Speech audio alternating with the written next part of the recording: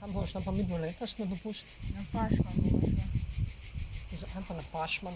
Zato, ker je tam toliko stvari, da si jih pogledamo tukaj. Hej, pa si jih dajmo.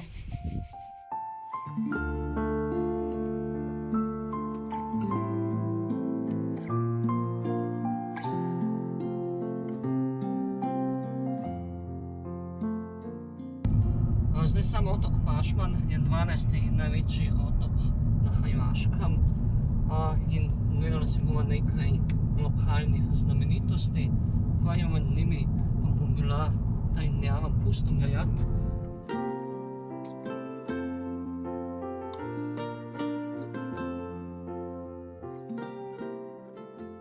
Če vas na poti na pustem gajat ujame nevihta, pa se lahko pred njo zatečete v takole skrivališče.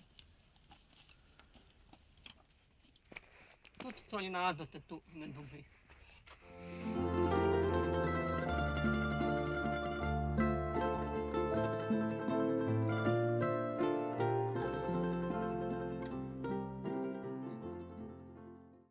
Za vsem tiste, ki se boste odločili za ta pohod, Sahaja svetujeva športno obutev.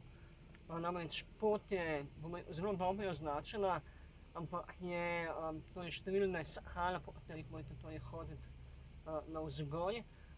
Se vam bo pa res po 20 minutah hoda odprl en ta čudovit pogled na koordinate in tudi ostale otoke v tem arhipelagu.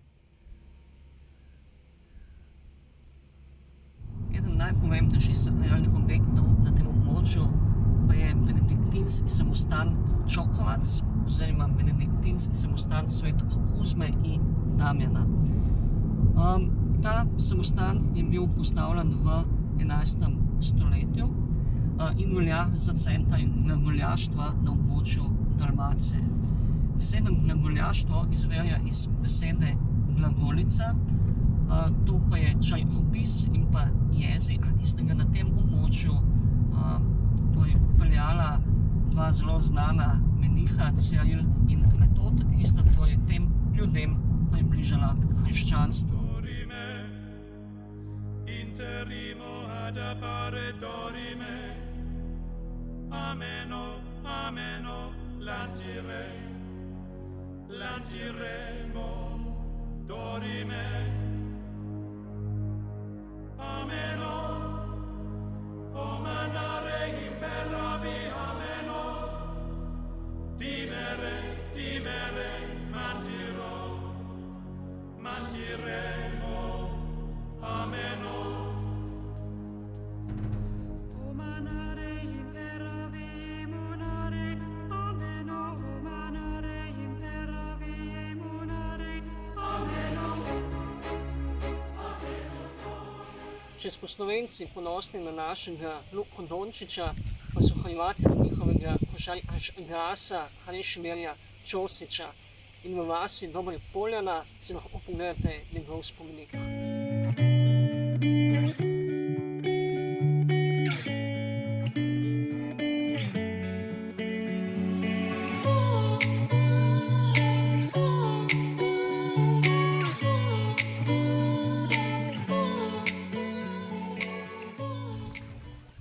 Kakšna voda? Slana! Se pa da iz otoka Pašman čez most priti tudi na sosednji otok Ugljan, na katerem si lahko ponovno pogledate številne sakralne objekte. Nedvomno najbolj znana izletniška točka pa je trdnjava Sveti Mihovir.